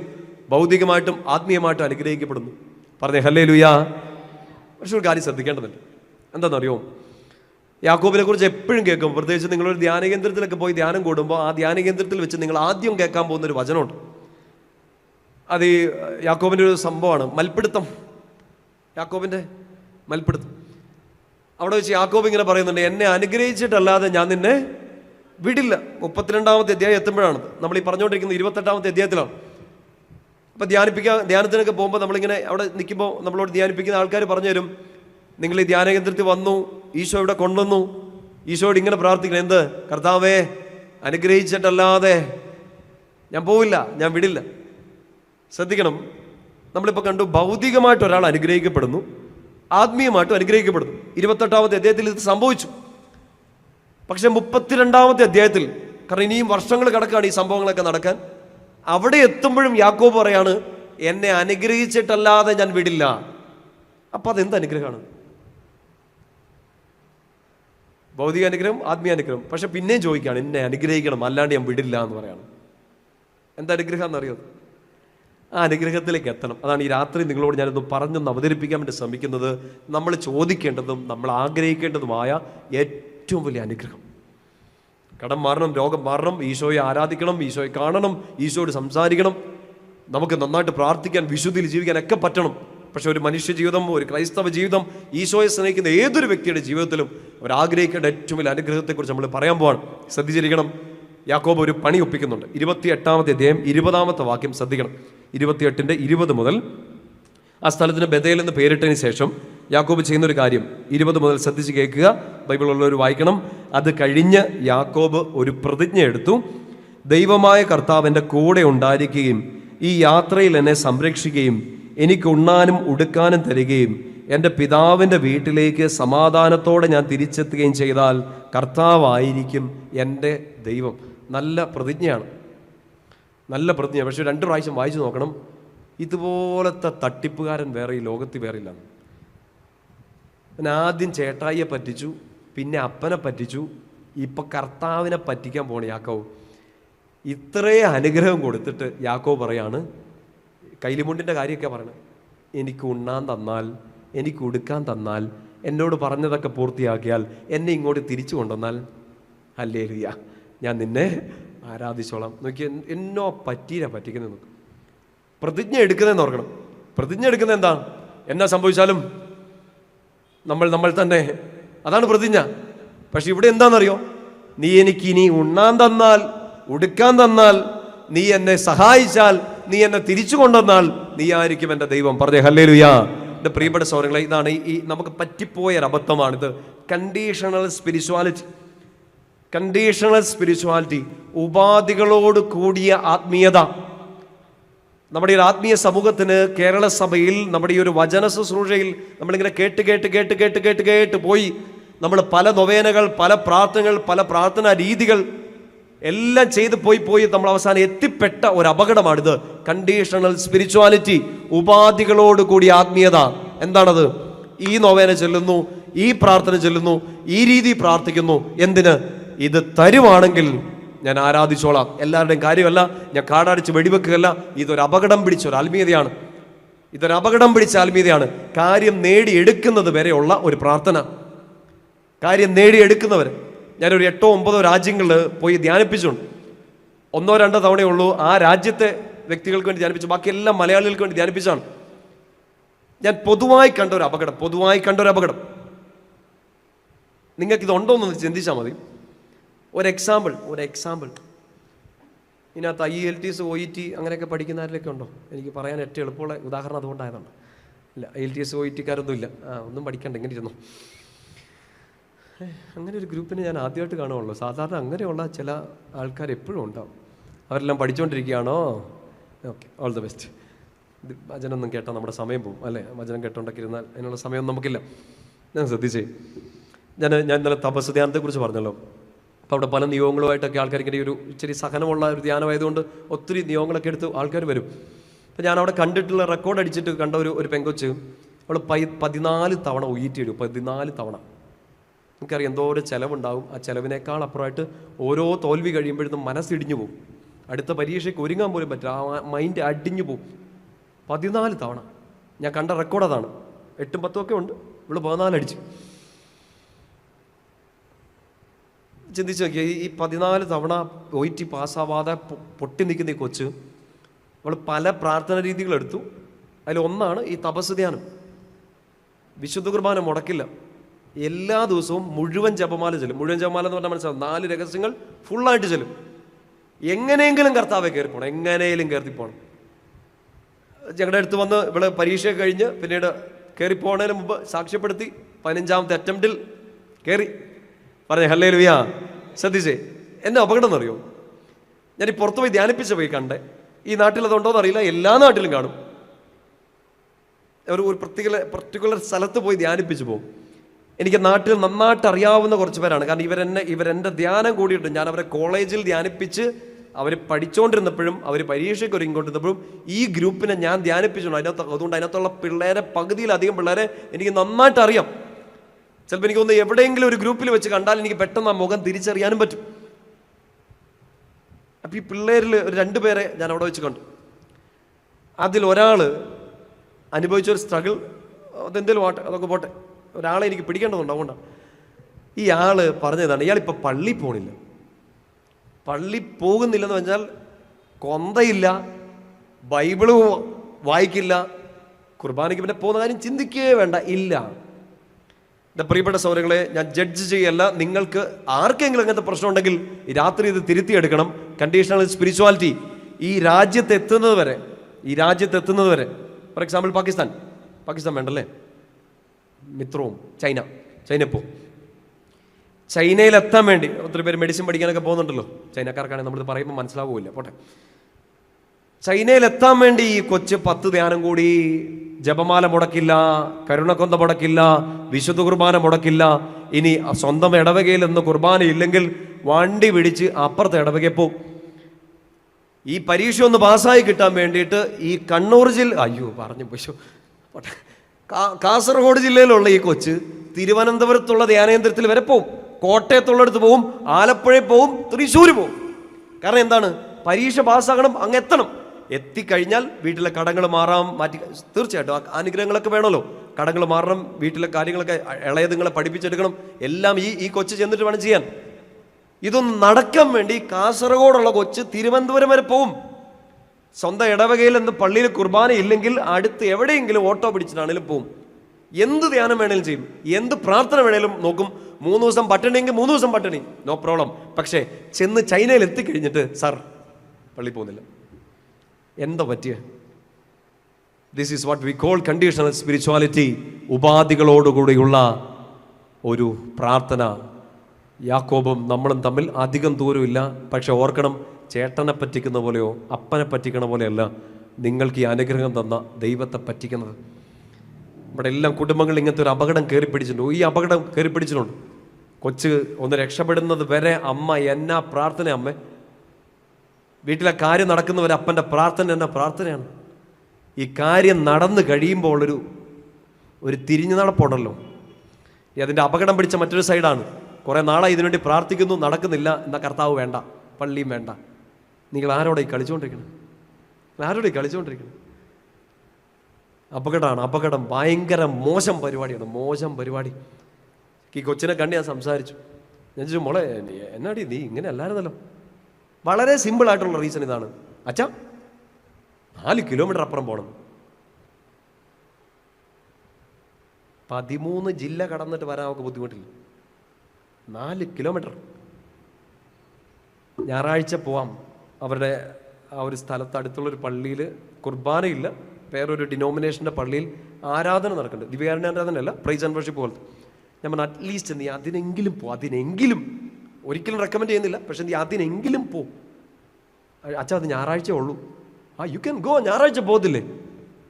വളരെ ഒരു ആക്ച്വലി ഒരു ഉളുപ്പും ഇല്ലാണ്ട് പറഞ്ഞതാണ്. ഞായറാഴ്ച ഡബിൾ സാലറി അണച്ചോ, അത് കളഞ്ഞിട്ട് ഞാൻ പോകാനോ? അച്ഛൻ ഇത് പറഞ്ഞാൽ മതിയെന്ന്.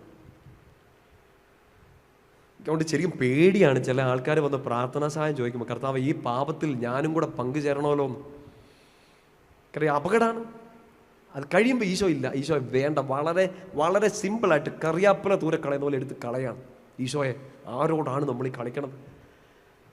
പറഞ്ഞേ ഹല്ലേലൂയാ, ശക്തിയോട് പറഞ്ഞേ ഹല്ലേലൂയാ.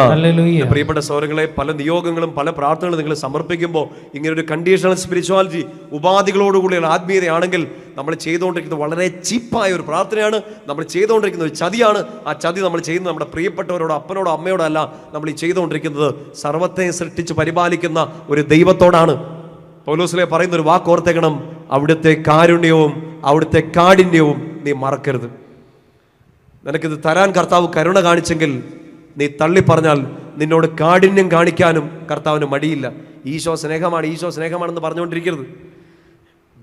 വിധി കൊടുക്കുന്ന ഒരു രീതിയും കൂടെ ഈശോയ്ക്കുണ്ട്.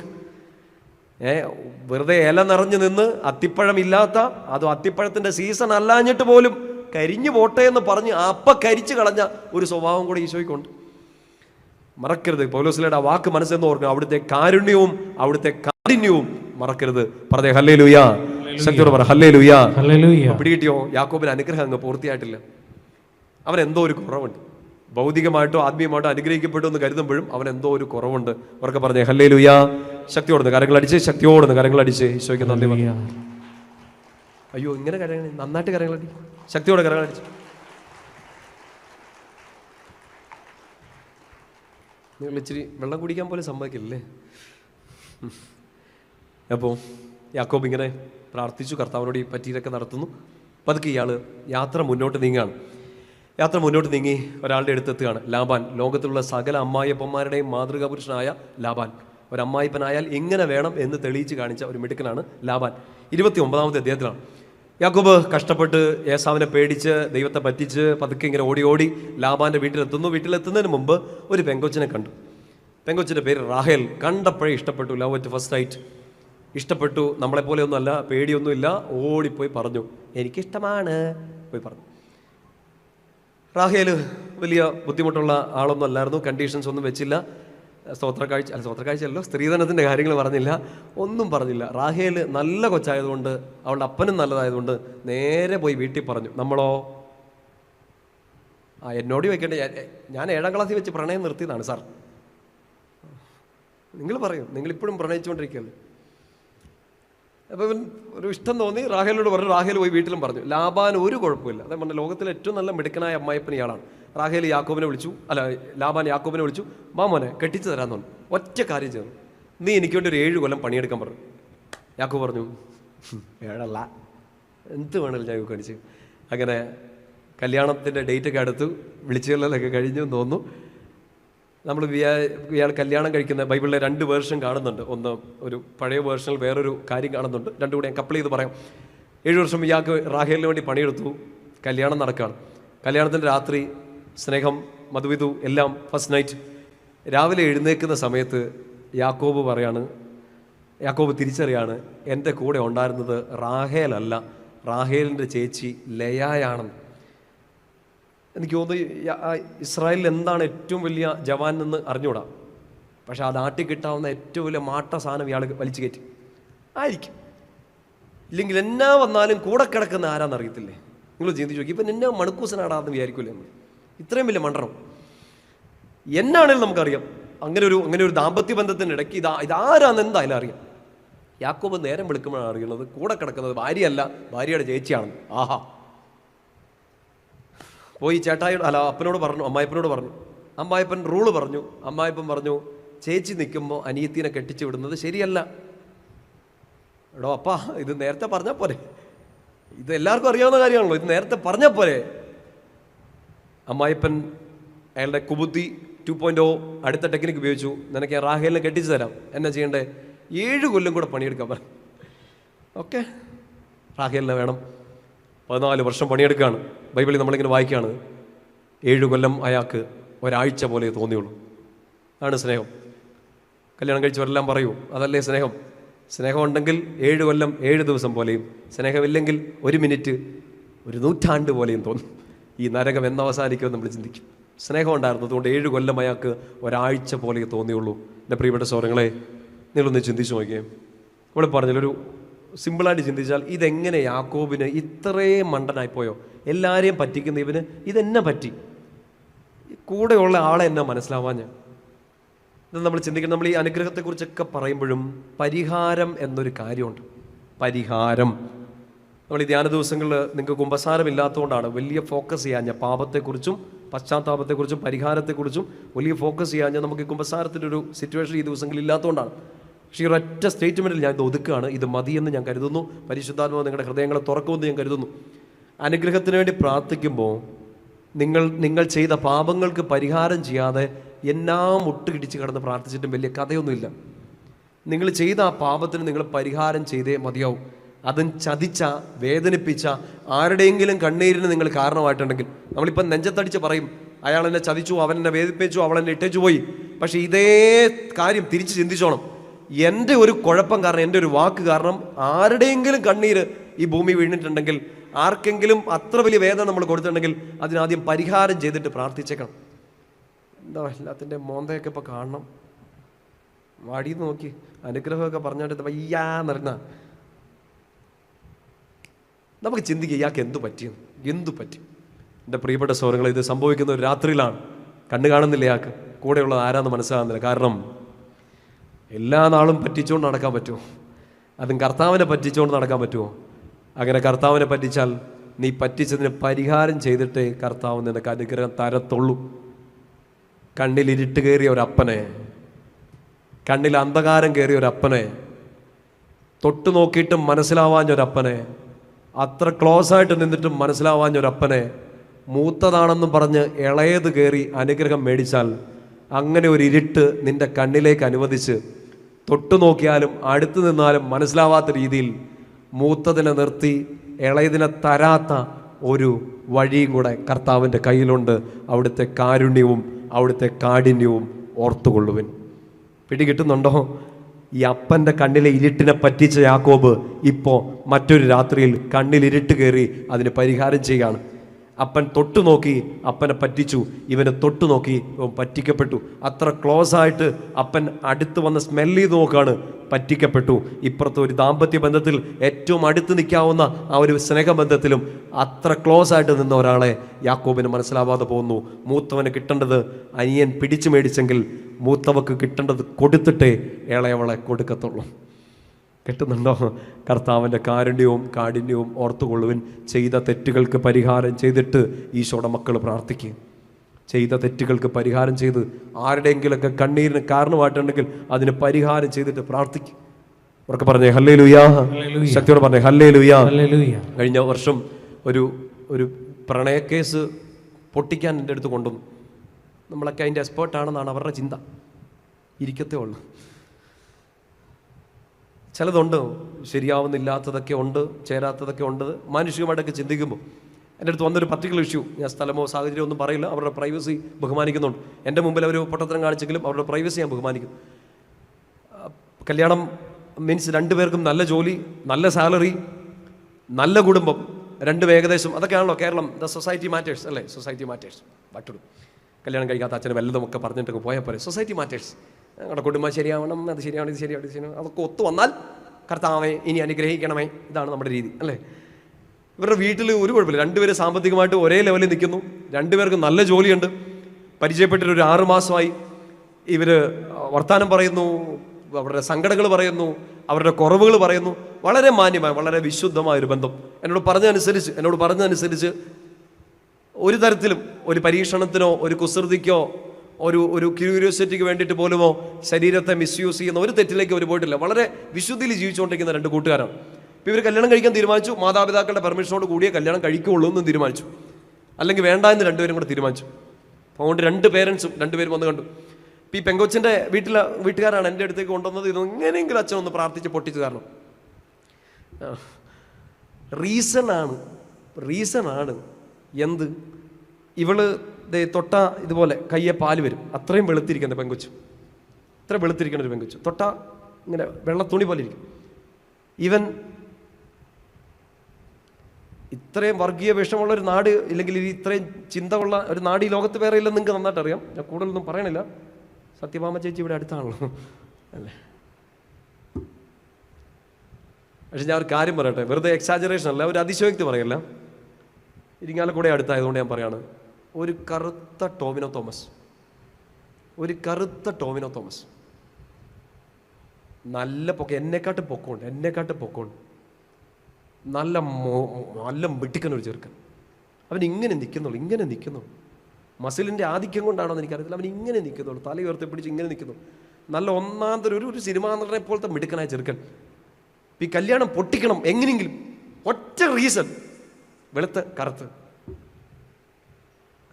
സോ ചീപ്പ്. പല റീസൺസ് ഒക്കെ ആയിട്ട് വരുന്നുണ്ട്, വെറൈറ്റികൾ വേറെ ഉണ്ട്. ഞാൻ പറഞ്ഞു നമുക്ക് സമയമില്ലാത്തതുകൊണ്ടാണ്. ഇതൊരു റീസൺ, ഇതൊക്കെ ഒരു റീസണാ തമ്പി എന്നൊക്കെ ചോദിക്കേണ്ടവർ. എൻ്റെ പ്രിയപ്പെട്ട സഹോദരങ്ങളെ, എല്ലാ കണ്ടീഷൻസും ഒപ്പിച്ചു വെച്ചുകൊണ്ട് നോക്കുകയാണ് ഈ ചെറുക്കൻ അവിടെ നിന്ന് കരഞ്ഞ കരച്ചില്. കാരണം ഇവൻ്റെ അപ്പനെ അമ്മയെ മാത്രമല്ല കഴിഞ്ഞ തലമുറകളെ ഏതൊക്കെയോ സിസ്റ്റവുമായിട്ടൊക്കെ കണക്ട് ചെയ്ത് പച്ച തെറി. അത്രയും നേരം ഞാൻ അച്ഛൻ അവിടെ ഉണ്ടെന്ന് അവർക്കൊരു ബോധം ഉണ്ടായിരുന്നു. ഞാനിത് പൊട്ടിക്കില്ല എന്ന് മനസ്സിലായപ്പം എന്നെയും കൂടെ കൂട്ടി തെറി പറഞ്ഞു. ഒയ്യോ, മലയാള ഭാഷയിൽ ഇത്രയും ശ്രേഷ്ഠമായ തെറിച്ച പദങ്ങളുണ്ടെന്ന് എനിക്ക് അന്നാണ് മനസ്സിലായി. തെറി എന്നൊക്കെ പറഞ്ഞ അമ്മാതിരി തെറി. ഉയ്യോ എൻ്റെ ദൈവമേ, എന്നെ കുറേ ശപിച്ചു. ആത്മാവ് ഇറങ്ങിപ്പോയ അച്ഛൻ എന്നൊക്കെ പറഞ്ഞു. ഞാൻ പറഞ്ഞു സാരമില്ല, ശരീരമെങ്കിലും ഉണ്ടല്ലോ. ആത്മാവ് ഇറങ്ങിപ്പോയ അച്ഛൻ, അതെന്നാന്ന് എനിക്കിതൊരു മനസ്സിലായിട്ടില്ല, നിങ്ങൾ എന്നെ എക്സ്പ്ലെയിൻ ചെയ്ത് തരൂ. ആത്മാവ് ഇറങ്ങിപ്പോയ അച്ഛൻ. എൻ്റെ പ്രിയപ്പെട്ട സഹോദരങ്ങളെ ശ്രദ്ധിച്ചേ, ആ ചെറുക്കൻ, ഞാനിത് പറഞ്ഞു വരുന്നത് അവൻ്റെ കരച്ചിൽ കണ്ടിട്ട് എനിക്ക് സഹിക്കാൻ പറ്റില്ല. ടോവിനോ തോമസിനെ പോലെ ഇരുന്ന ചെറുക്കൻ ഇന്ദ്രൻസിനെ പോലെ കരയാൻ തുടങ്ങി. പൊട്ടിക്കരയാണ്. ഒറ്റ കാരണം, അവൻ്റെ നിറം. Where are you living? ഏത് ലോകത്തിലാണ് ജീവിക്കണം? ഏത് ലോകത്തിൽ? ഒരു എക്സാമ്പിൾ പറഞ്ഞതേ ഉള്ളൂ. നിങ്ങൾ ആരുടെയെങ്കിലും ഒരാളുടെ കണ്ണീരിന് അനാവശ്യമായിട്ട് കാരണമായിട്ടുണ്ടെങ്കിൽ എൻ്റെ പ്രിയപ്പെട്ട സഹോദരങ്ങളെ, അതിനാദ്യം പരിഹാരം ചെയ്യും. എന്നിട്ട് വരാം നമുക്ക് മുട്ട കൊത്തിക്കൊണ്ട്. കാരണം നിങ്ങൾ ആ വാക്ക് പറഞ്ഞതിൻ്റെ പേരിൽ തല കുമ്പിട്ട് പോയ കുറേ ആൾക്കാരുണ്ടാകും. നിങ്ങളങ്ങ് മാറ്റി നിർത്തിയതിൻ്റെ പേരിൽ മുട്ട കുത്തി വീണുപോയ കുറേ മനുഷ്യരുണ്ടാവും. നിങ്ങളങ്ങനെ പറഞ്ഞതിൻ്റെ പേരിൽ കണ്ണുനീര് നിലയ്ക്കാത്ത കുറേ മനുഷ്യരുണ്ടാവും നമ്മുടെ ചുറ്റും. ആദ്യം അവർക്ക് പരിഹാരം ചെയ്യും. ആദ്യം അവരോടൊന്ന് ക്ഷമ ചോദിക്കുക. എന്നിട്ട് കർത്താവിനോട് പറ. അവൻ കേൾക്കുമെന്ന് മാത്രമല്ല, ഇരട്ടിയായിട്ട് കേൾക്കും, ഉറപ്പായിട്ടും കേൾക്കും. ശക്തിയോടെ പറഞ്ഞേ ഹല്ലേലൂയാ. സന്തോഷത്തോടെ പറഞ്ഞേ ഹല്ലേലൂയാ. ആ പരിഹാരം ചെയ്തു യാക്കോബ രാത്രിയിൽ. പകരം അവൻ ചെയ്ത തെറ്റിന് പരിഹാരം. അവന്റെ കല്യാണം നടക്കുന്നു, ജീവിതം മുമ്പോട്ട് പോകുന്നു. അവന്റെ മുമ്പിൽ ഒരു തിരിച്ചറിവ് വീട്ടുകയാണ്. ചെന്ന് പറഞ്ഞ് അവസാനിപ്പിക്കട്ടെ. അവന്റെ മുമ്പിൽ ഒരു തിരിച്ചറിവ് വീട്ടുകയാണ്. ചേട്ടായിയെ പോയി കാണണം, ക്ഷമ ചോദിക്കണം. ചെയ്ത പാപത്തിന്റെ പരിഹാരം ദൈവത്തോട് പരിഹാരം ചെയ്യുന്നു, അപ്പനോടും ഒരുമിച്ച് പരിഹാരമായി. ഇനി ചേട്ടായിയോട് പോയി ഒന്ന് ക്ഷമ ചോദിക്കണം. പക്ഷെ യാക്കോബിന്റെ ഉള്ളിൽ ഒരു ബോധമുണ്ട്, ഇപ്പൊ പോയി ചോദിച്ചാൽ നല്ല അടി കിട്ടും. നിങ്ങൾ ചിന്തിച്ച് നോക്കിയേ, കേരളത്തിൽ അടുത്ത അടിയുണ്ടാകുന്ന സ്ഥിതികളാണ്. ഒന്ന്, സ്വത്ത് തർക്കം അല്ലേ? സ്വത്ത് ഭാഗം ചെയ്യുമ്പോഴാണ് കേരളത്തിൽ, പ്രത്യേകിച്ച് നമ്മുടെ ക്രൈസ്തവ സമൂഹത്തിൽ അടി ഏറ്റവും കൂടുതൽ ഉണ്ടാകുന്നത്. നിങ്ങളെ വഞ്ചിച്ചുകൊണ്ട് നിങ്ങളുടെ സഹോദരൻ, നിങ്ങളുടെ സഹോദരി നിങ്ങളുടെ സ്വത്ത് മുഴുവൻ എടുത്തുകൊണ്ട് പോയി. 10 വർഷം കഴിഞ്ഞപ്പോൾ ജിൻസച്ചൻ്റെ ധ്യാനം കൂടി മാനസാന്തരപ്പെട്ട ആ ചേച്ചി നിങ്ങളുടെ അടുത്തേക്ക് തിരിച്ചു വരികയാണ്. സ്തുതിയായിരിക്കട്ടെ എന്ന് പറഞ്ഞുകൊണ്ട് നിങ്ങൾ എന്നാ പറയും? ആയിരിക്കട്ടെ എന്ന് പറഞ്ഞാൽ ഒറ്റ അടി കൊടുക്കും. നമുക്ക് അത്രയും കാലം ദേഷ്യമായിരിക്കും. ഏസാവ് ഓർക്കണം, അവൻ്റെ എല്ലാ അബദ്ധങ്ങളിലേക്കും അവൻ്റെ എല്ലാ സങ്കടങ്ങളിലേക്കും അവൻ പോകാൻ കാരണമായത് ഈ ഒരു ചതിയാണ്. അവൻ തിരിച്ചു വരികയാണ്. യാക്കോബ് പക്ഷേ ബുദ്ധി ഉപയോഗിച്ചു. യാക്കോബ് ചേട്ടായിയെ ഒന്ന് സുഖിപ്പിച്ചേക്കാന്ന് വിചാരിച്ചു. ചേട്ടായിക്ക് സങ്കടം വരണ്ട, ദേഷ്യം വരണ്ടെന്ന് വിചാരിച്ചുകൊണ്ട് കുറച്ച് ഗിഫ്റ്റൊക്കെ കൊടുത്തു വിട്ടു. അങ്ങനെയാണല്ലോ നമ്മൾ കേക്കൊക്കെ മേടിച്ചു കൊടുക്കുന്ന പോലെ ചേട്ടായിക്ക് ഒരു ഗിഫ്റ്റ് കൊടുക്കാമെന്ന് വിചാരിച്ചു. 31, 32 അധ്യായങ്ങളൊക്കെ നമ്മളിങ്ങനെ വായിക്കും. ഇയാൾ വല്ലാത്ത ബുദ്ധി ഉപയോഗിക്കും. ചേട്ടായിക്ക് കൊടുക്കുന്ന ഗിഫ്റ്റ് ഇങ്ങനെയാണ്: 2 ഗ്രൂപ്പ് ഗിഫ്റ്റ് വെക്കും, 2 പാക്കറ്റ്. ഒരു പാക്കറ്റ് എടുത്തെറിഞ്ഞാലും അടുത്തത് പോയി കൊടുക്കാമെന്നുള്ള രീതിയിൽ യാക്കോബ് ഒരു ടെക്നിക്ക് ഉപയോഗിക്കുന്നുണ്ട്. എന്താണെന്നറിയോ? ലയായുടെ മക്കൾ, സ്വത്തുവകകൾ, ഒരു ഗ്രൂപ്പ് പാക്കറ്റ്. അപ്പുറത്ത് റാഹേലിൻ്റെ മക്കള്, കുറച്ച് ഗിഫ്റ്റ്, സ്വത്തുവകകൾ, ആടുമാടുകൾ, 2ാമത്തെ ഗിഫ്റ്റ്. എന്നിട്ട് ചെയ്യുന്നത് ഇങ്ങനെയാണ്: ഏസാവ് അവിടെ നിൽക്കുന്നുണ്ടല്ലോ, ഏസാവിൻ്റെ അടുത്തേക്ക് ചെല്ലാൻ വേണ്ടി ആദ്യം ലയായെയും ഗ്രൂപ്പിനെയും വിടും. അതിൻ്റെ പുറകിൽ റാഹേലിനെയും ഗ്രൂപ്പിനെയും വിടും. അതിൻ്റെയും പുറകിൽ യാക്കോബ്. തൂത്താ പോവില്ലെന്നൊക്കെ കേട്ടിട്ടില്ലേ? ജന്മനാ ഉള്ളത് തൂത്താ പോവില്ല. പണി കൊടുക്കാൻ പറ്റുന്ന സമയത്ത് പണി കൊടുക്കേണ്ടതാണോ എന്ന് അറിഞ്ഞൂടാ. എന്തായാലും അടി കിട്ടുവാണെങ്കിൽ ആദ്യം ആർക്കിട്ട് കിട്ടും? ലയായിക്കിട്ട് കിട്ടും. ഏറ്റവും ഇഷ്ടപ്പെട്ട റാഹേലിനെയും കൂട്ടിക്കൊണ്ട് വിടാം. ഇനി റാഹേലിനായിട്ട് അടി കിട്ടിയില്ലേലും, ഇനി അടുത്തയാക്കിട്ട് അടി കിട്ടിയാലും അടി കിട്ടാണ്ട് രക്ഷപ്പെടാം. നമ്മൾ ചോദിക്കടാ, നീ എന്നാ ആങ്കൊച്ചാടാ എന്ന് ചിലപ്പോൾ ചോദിക്കും. തൂത്താ പോവില്ല, ഇത് തൂത്താ പോവില്ല. ഇയാളിങ്ങനെ പുറകോട്ട് നിൽക്കുകയാണ്. യാക്കോബ് എന്തായാലും ഈ ഗിഫ്റ്റൊക്കെ കൊടുത്തു വിടുകയാണ്. ഇങ്ങനെയാണ് 32-ാമത്തെ അധ്യായത്തിൽ ഈ ഒരു ക്ലൈമാക്സിൽ എത്തുന്നത്. ഒരു നദിയുടെ തീരത്ത് ഇയാൾ വീണ്ടും എത്തുകയാണ്. ആ നദിയുടെ പേര് യാബോക്ക് എന്നാണ്. യാബോക്ക് നദീതീരം. നമ്മൾ വായിക്കുന്നത് ഇങ്ങനെയാണ്: എല്ലാം അക്കരെ കയറ്റി വിടുന്നു, യാക്കോബ് ഒറ്റയ്ക്ക് ഇക്കരെ നിൽക്കുന്നു. എല്ലാം അക്കരെ, സ്വത്തുവകകൾ, ഭാര്യ, കുഞ്ഞുങ്ങൾ എല്ലാം അക്കരെ, യാക്കോബ് മാത്രം ഒറ്റയ്ക്ക് ഇക്കരെ. അങ്ങനെ ഒരു രാത്രിയിലാണ് ആരോ ഒരാൾ ഇയാളുടെ അടുത്തേക്ക് വരുന്നത്, യാക്കോബിനെ മുറുകെ പിടിക്കുന്നത്. യാക്കോബും മുറുകെ പിടിക്കുന്നു. യാക്കോബ് പിടിവിടില്ല എന്നറിഞ്ഞ് ആ ദൈവ സാന്നിധ്യം അയാളുടെ തുടയിൽ ഇളക്കുന്നു. അപ്പോഴും യാക്കോബ് പറയുന്ന ഇത്രയേ ഉള്ളൂ: ഞാൻ നിന്നെ കൈവിടില്ല, ഞാൻ നിന്റെ പിടിവിടില്ല. അള്ളിപ്പിടിച്ചുകൊണ്ടിരിക്കുന്ന യാക്കോബിനോട് പറയും, നീ ഇനി യാക്കോബല്ല, ദൈവത്തെ മുഖത്തോട് മുഖം കണ്ട നീ ഇസ്രായേൽ എന്നറിയപ്പെടും. യാക്കോബ് ആ നിമിഷം മുതൽ യഥാർത്ഥ അനുഗ്രഹത്തിലേക്ക് വരികയാണ്. ശ്രദ്ധിക്കണേ പ്രിയപ്പെട്ട സഹോദരങ്ങളെ, ഭൗതിക അനുഗ്രഹമോ ആത്മീയ അനുഗ്രഹത്തിൻ്റെ അപ്പുറം എല്ലാം തികഞ്ഞു നിൽക്കുന്ന സമയത്തും ഈ ഒരു യാബോക്ക് നദീതീരം നമുക്ക് എല്ലാവർക്കും ഉണ്ടാവും. എല്ലാം അക്കരെ, ഞാൻ മാത്രം ഇക്കരെ, ഒറ്റയ്ക്ക്. അങ്ങനെ ഒരു ഒറ്റപ്പെടലിലൂടെ കടന്നു പോകുമ്പോൾ, അങ്ങനെ ഒരു ലൈഫിലൂടെ നിങ്ങൾ കടന്നു പോകുമ്പോൾ അധ്വാനിച്ചതെല്ലാം പോകുന്നു. ഒരിക്കൽ കൂടെ നിന്നവരെല്ലാം മാറി നിൽക്കുന്നു. ഞാൻ എൻ്റെ വിഷമത്തിൻ്റെ ഒരു പ്രതിസന്ധിയുടെ ഘട്ടത്തിൽ ഒരു രാത്രിയിൽ ഞാൻ ഒറ്റയ്ക്ക് ഇപ്പറേ. പക്ഷെ ആ രാത്രിയിൽ ഈ നദീതീരത്ത് ഞാൻ എത്ര ഒറ്റയ്ക്കായിപ്പോയാലും എൻ്റെ കൂടെ ഒരാളുണ്ടാകും. മൽപ്പിടുത്തം നടത്തിക്കൊണ്ടല്ല, എന്നെ അള്ളിപ്പിടിച്ചോണ്ട്. എൻ്റെ ദൈവം, ആ ദൈവത്തെ നിങ്ങൾ തിരിച്ചറിയുന്നത് ഈ ഒറ്റപ്പെടുമ്പോഴാണ്, ഈ കടം കയറുമ്പോഴാണ്, ഈ രോഗം വഴുമ്പോഴാണ്, ഈ കൂടെ നിന്നവർ ചതിച്ച് ദൂരം മാറി നിൽക്കുന്ന സമയത്താണ്. നമ്മുടെ ജീവിതത്തിൽ അനുഭവിക്കാവുന്ന ഏറ്റവും വലിയ സങ്കടങ്ങളിൽ രണ്ടെണ്ണമാണ്. ഒന്ന് ഏകാന്തത, രണ്ട് നിശബ്ദത. ഏകാന്തത, നിശബ്ദത. ഏതൊരു വ്യക്തിയും ജീവിതത്തിൽ 1, 2, 1000 തവണ അനുഭവിക്കേണ്ട സങ്കടമാണിത്. ആരും കൂടെ ഇല്ലാത്തൊരവസ്ഥ, ആരും കൂടെയില്ല. ഏകാന്തത. അവരുടെ ആവശ്യങ്ങളിൽ ഞാൻ അവരുടെ കൂടെ നിന്നു, എൻ്റെ ആവശ്യത്തിൽ എൻ്റെ കൂടെ നിൽക്കാൻ ഒരാളില്ല.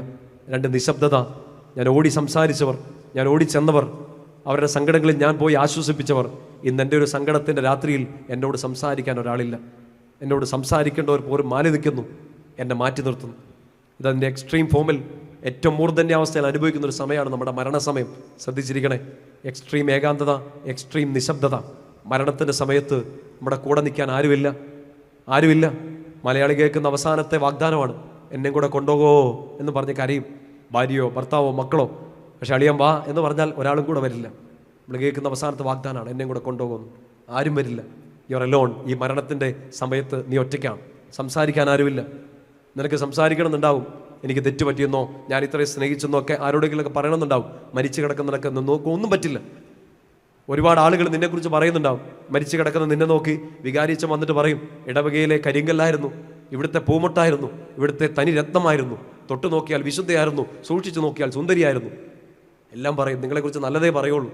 നിങ്ങൾ മരിച്ചു കിടക്കുന്ന അവസ്ഥയിൽ നിങ്ങളുടെ ഒരു തല്ലിപ്പൊളിത്തരവും നിങ്ങളുടെ വികാരിച്ചം പറയില്ല. മക്കളൊക്കെ നോക്കും, അച്ചോ എൻ്റെ അപ്പനെ തന്നെ മാറിപ്പോയോ. നന്മ മാത്രമേ നിങ്ങളെക്കുറിച്ച് പറയുള്ളൂ. ഒരു ലുത്തിനെയാ നിങ്ങളെക്കുറിച്ച് പറയും. പക്ഷെ നിങ്ങളത് കേൾക്കുന്നില്ല. മരണത്തിൻ്റെ ആ സമയത്ത് എക്സ്ട്രീം ലോൺലിനെസ്, എക്സ്ട്രീം സൈലൻസ്. സംസാരിക്കാനോ കേൾക്കാനോ ആരുമില്ല, കൂടെ നിൽക്കാനോ ഒരാളില്ല. പക്ഷേ എൻ്റെ പ്രിയപ്പെട്ട മക്കളെ, തലയുയർത്തിപ്പിടിച്ച് ലോകത്തിൻ്റെ കണ്ണുകളിൽ നോക്കി നടക്കാൻ, ആളുകൾ എത്ര ഒറ്റപ്പെടുത്തിയാലും ഒറ്റുകൊടുത്താലും മാറ്റി നിർത്തിയാലും, നിങ്ങൾ എത്ര വലിയ പ്രതിസന്ധിയിലൂടെ ഇരുട്ടിലൂടെ കടന്നു പോകേണ്ടി വന്നാലും, പ്രതീക്ഷകളെല്ലാം അസ്തമിച്ചു പോകുന്ന രാവും പകലും വന്നാലും, എഴുന്നേറ്റ് നിൽക്കാനും മുന്നോട്ടോടാനും, ചുറ്റും നിൽക്കുന്നവരൊക്കെ മാറി നിൽക്കുമ്പോഴും കൂടെ നിൽക്കുന്നവരൊക്കെ ചവിട്ടിത്താഴ്ത്താൻ ശ്രമിക്കുമ്പോഴും, ഒരിക്കൽ നിങ്ങൾ പിടിച്ചു കയറ്റിയവരെല്ലാം നിങ്ങളുടെ കുതികാലിൽ പിടിച്ച് വലിച്ചു താഴ്ത്തുമ്പോഴും, ഒരിക്കൽ നിങ്ങൾ കൈപിടിച്ചുയർത്തിയവരെല്ലാം കൈതട്ടി മാറ്റി നിങ്ങളെ ചവറ്റുകൊട്ടയിലേക്ക് എറിയുമ്പോഴും ഒരൊറ്റ ബോധം മാത്രം വേണം. സങ്കീർത്തനം 23:4, മരണത്തിൻ്റെ നിഴൽ വീണ താഴ്വരയിലൂടെ ഞാൻ നടക്കേണ്ടി വന്നാലും അവിടുന്ന് കൂടെയുള്ളതിനാൽ ഞാൻ ഭയപ്പെടില്ല. അത്രയും എക്സ്ട്രീം ലോൺലിനെസ്സിൽ, അത്രയും എക്സ്ട്രീം ഏകാന്തതയിൽ നിൻ്റെ കൂടെ, ആ നിശബ്ദതയിൽ നിൻ്റെ കൂടെ ഇറങ്ങി വരാൻ പറ്റുന്ന ഒരു കർത്താവുള്ളതുകൊണ്ട് കേട്ടോണ്ടിരിക്കുന്ന എല്ലാവരോടും ഞാൻ പറയാണ്, നിങ്ങൾക്ക് ഈ ഭൂമിയിലെ കരച്ചിലോ സങ്കടത്തിനോ അവകാശമില്ല. കാരണം നിങ്ങൾ മരിച്ചു കിടക്കുന്ന അവസ്ഥയിൽ പോലും നിങ്ങളുടെ കൂടെ വരാൻ ഒരാളുള്ളപ്പോൾ ഇപ്പം എന്തിന് കരയണോ? ഇപ്പം എന്തിനാരും കൂടെയില്ലെന്ന് പറയുന്നു? ഇപ്പം എന്തിനാരും മനസ്സിലാക്കില്ലെന്ന് പറഞ്ഞ് ചങ്കുപൊട്ടുന്നു? ഒരാളുണ്ട്. ആ ആളെ നിങ്ങൾ തിരിച്ചറിയാൻ പോകുന്നത് ഇങ്ങനൊരു നദീതീരത്ത് വെച്ചാണ്. യാക്കോബ് കണ്ടുമുട്ടി, അള്ളിപ്പിടിച്ചു. ഉൽപ്പത്തി 28:15 കർത്താവ് വാഗ്ദാനം കൊടുത്തിരുന്നു, ഞാൻ നിന്നെ കൈവിടില്ല. ഇവിടെ വെച്ച് കർത്താവിന് തിരിച്ചവനൊരു വാഗ്ദാനം കൊടുക്കുകയാണ്, നിന്നെ ഞാനും കൈവിടില്ല. ഇതാണ് ക്രിസ്തീയ ജീവിതം. എന്നാ സംഭവിച്ചാലും, തുടയിൽ ഇളകിയാലും, അസ്ഥി ഇളകിയാലും, തലവേദന വിട്ട് മാറാണ്ടിരുന്നാലും, കടം മൂടി പൊതഞ്ഞാലും, മരണം വീട്ടിൽ വന്ന് മാടി മാടി വിളിച്ചാലും, രോഗങ്ങൾ ഒന്നിനു പുറകെ ഒന്നായിട്ട് തന്നെ രാഗി തിന്നാലും, ഇരുട്ട് മാറാത്ത രാത്രികൾ മാത്രം നിങ്ങളുടെ മുമ്പിൽ വന്നാലും, ഒരു പ്രതീക്ഷയ്ക്ക് ഒരു വകുപ്പ്, ഒരു മിന്നാമിന്നിങ്ങിൻ്റെ വെട്ടം പോലും കാണാത്ത ദിവസങ്ങൾ വന്നാലും, എന്നെ കൈവിടാത്ത ഒരാളുണ്ട് എന്ന് പറഞ്ഞ് നിവർന്നു നിൽക്കുന്ന ഒരാൾ, അങ്ങനെ ഒരാളുടെ കൂട്ടായ്മ, അങ്ങനെ ഒരാളുടെ സാമീപ്യം, അങ്ങനെ ഒരാളുടെ ഒരു ശക്തിയാണ് ഒരു ഇടവകയെ, കുടുംബത്തെ, നമ്മുടെ എല്ലാ സമൂഹങ്ങളെയും മുന്നോട്ട് നയിക്കുന്നത്. പറഞ്ഞേ ഹല്ലേലൂയ, ശക്തിയോടെ പറ ഹല്ലേലൂയ. യാക്കോബ് അവിടുന്ന് എഴുന്നേറ്റ് കർത്താവിനെ ആരാധിക്കും. ആ സ്ഥലത്തിന് അയാൾ ഒരു പേരിടും, പെനുവേൽ. എൻ്റെ ദൈവത്തെ ഞാൻ നേരിട്ട് കണ്ടു, മുഖത്തോട് മുഖം കണ്ടു. അയാൾ ഞൊണ്ടി പോകുന്നുണ്ട്. സമയം കിട്ടുമ്പോൾ വായിക്കണം. ഹെബ്രായർ 11:21 യാക്കോബിൻ്റെ മരണസമയം. യാക്കോബ് വടി കയ്യേലൂന്നി ചെരിഞ്ഞു നിന്ന് ജോസഫിൻ്റെ മക്കളെ അനുഗ്രഹിക്കുകയാണ്. യാക്കോബ് വടിയേലൂന്നി ചെരിഞ്ഞു നിന്ന് ദൈവത്തെ ആരാധിച്ചുകൊണ്ട് ജോസഫിൻ്റെ മക്കളെ അനുഗ്രഹിച്ചു. മരണസമയത്ത് എന്തെന്ന് പിടികിട്ടണം? അന്ന് കിട്ടിയൊരു ചവിട്ടാണ്. മരിക്കുന്ന സമയം വരെ ആ ഞൊണ്ട് മാറിയില്ല, ആ ഉളുക്ക് മാറിയില്ല. പക്ഷേ ഉളുക്ക് മാറിയില്ലേലും, മരണത്തിൻ്റെ സമയത്ത് പോലും കർത്താവ് അവന് സൗഖ്യം കൊടുത്തില്ലേലും, അവൻ കർത്താവിനെ തള്ളിപ്പറഞ്ഞില്ല. അവൻ ആരാധിച്ചു, അടുത്ത തലമുറയിലേക്ക് വിശ്വാസം കൊടുത്തു. പറഞ്ഞേ ഹല്ലേലൂയ, ശക്തിയോടെ പറ ഹല്ലേലൂയ. എൻ്റെ മുമ്പിലിരിക്കുന്ന സകല യാക്കോബുമാരോടും മറ്റൊരു യാക്കോബ് പറയുകയാണ്, നമ്മളും പറ്റിച്ചിട്ടുണ്ട്, നമ്മളും വേദനിപ്പിച്ചിട്ടുണ്ട്, നമ്മളും ഇങ്ങനത്തെ ഉടായ്പും തട്ടിപ്പുകളും ഒക്കെ കാണിച്ചിട്ടുണ്ട്, നമ്മളും പലരുടെയും കണ്ണീരിന് കാരണമായിട്ടുണ്ട്. പരിഹാരം ചെയ്തുകൊണ്ടിരിക്കുകയാണ് നമ്മളെല്ലാവരും. കർത്താവിൻ്റെ അനുഗ്രഹത്തിന് വേണ്ടി നമ്മൾ ചോദിച്ചു, കിട്ടിയിട്ടുണ്ട്. ചോദിക്കേണ്ട ഏറ്റവും വലിയ അനുഗ്രഹം ഇതാണ്, എൻ്റെ ഈ പ്രതിസന്ധി ഘട്ടത്തിൽ എനിക്കാരും കൂടെയില്ലേലും നീ മതി, നീ ഉണ്ട്, അത് മാത്രം മതി എന്ന ബോധത്തിൽ ശക്തിയോടെ ജീവിക്കുക. ആ കൃപയ്ക്ക് വേണ്ടി പ്രാർത്ഥിക്കുക.